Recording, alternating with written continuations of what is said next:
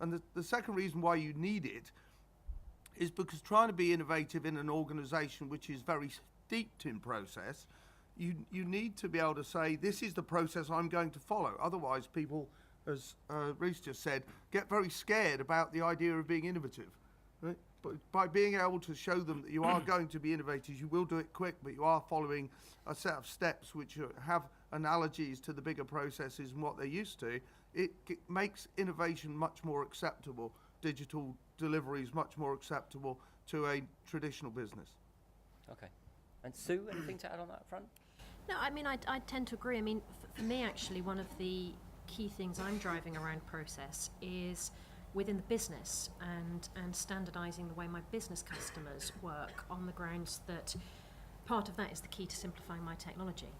Because we've grown up, and especially on the fundraising side of the charity, it's kind of, we don't have a set product. If someone comes up with an idea that will raise money, we go for it, we do it.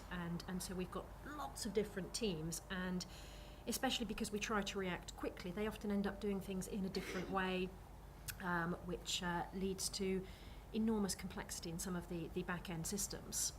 And so one of the things I'm trying to drive with them is, well, if we have a standard way of registering a new supporter or setting up an event, running an event that everyone can then use, it's back to the Lego bricks.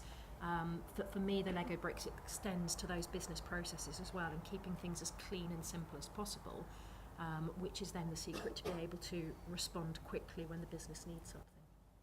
Brilliant. So there's actually sort of echoes of process through a whole of this. Now the last thing I wanted to do was come back to Rod actually and talk about more of the people side.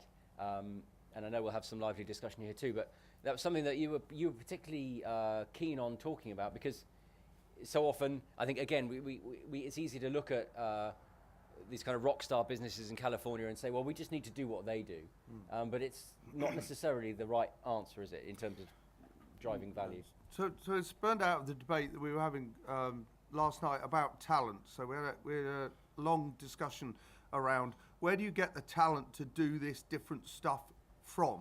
You know, how do you actually get people?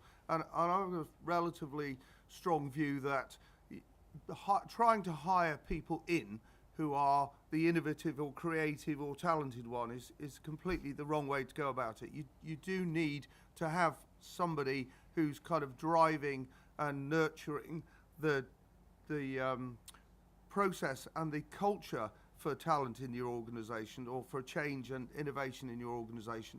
But actually, if you look inside your own organisation, you probably find that there are an awful lot of talented, creative and IT savvy individuals who you're just not allowing to actually show their value to the business. And I was encouraged in that thinking by a trip last year to San Francisco, where one of the founders of a fairly large company by then stood up and said, you know, my competitors all criticise me for, or jibe me for saying you've been really successful, but then you've got all the really good talented people. And I say to them, yes, I hired them from you last year. And the reason he was able to hire them is because he's got an environment and a culture and a challenge that he's put before them that allows them to flourish and to be what they can be, the best they can be, to pinch a phrase from the military.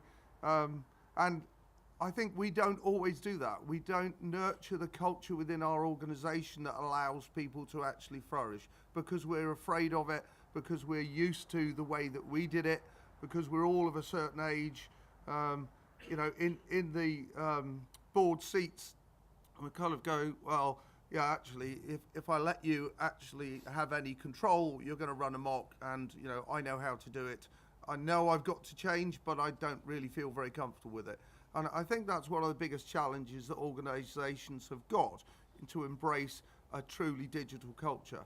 It is very different.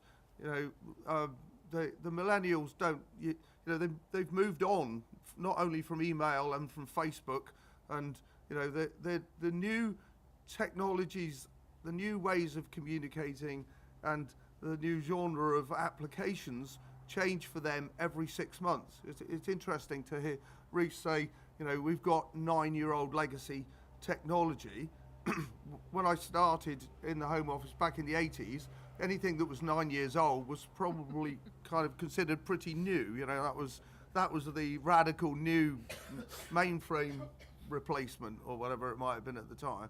Right? So we're in an age where not only have we got to move faster, but technology is becoming redundant faster, and thinking's becoming redundant faster, and practices, are coming out much faster. And it's really hard to react to that. And you've got to let some of the younger people in the organisation have their space to operate. And that's quite a hard thing to do. Fantastic. So, either of you got any other points you'd like to add in on that? Yeah, I'm very passionate about investing in people and seeing them flourish. I agree about 90% with Rod.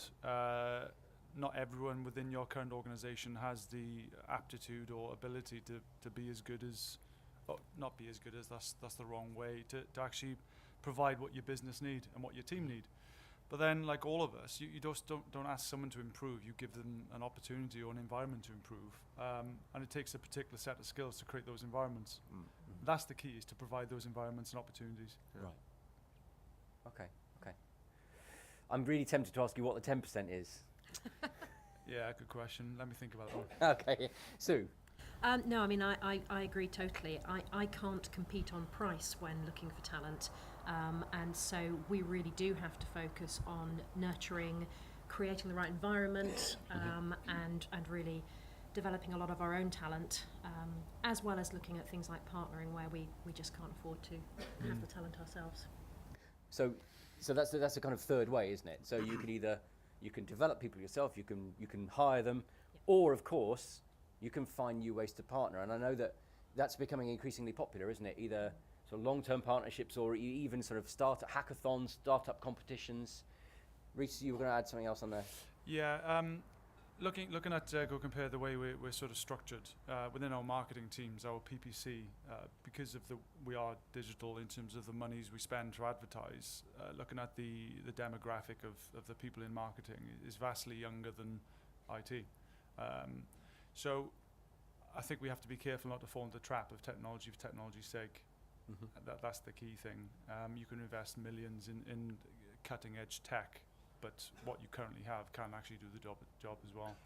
We find it difficult to attract people with the right skills, so we have to invest heavily. I think something as basic as analytics, I think people get confused with what analytics actually is. So when I came into the business, we had a team of analysts, and they were producing MI. That's not analytics. So I just created an environment over a 2-month period where we allocated some key business questions, and I was keen to see how they interpreted those questions to answer them. Took them through the process, and they sort of presented and worked with the business to understand what the data is telling them to drive changes quickly.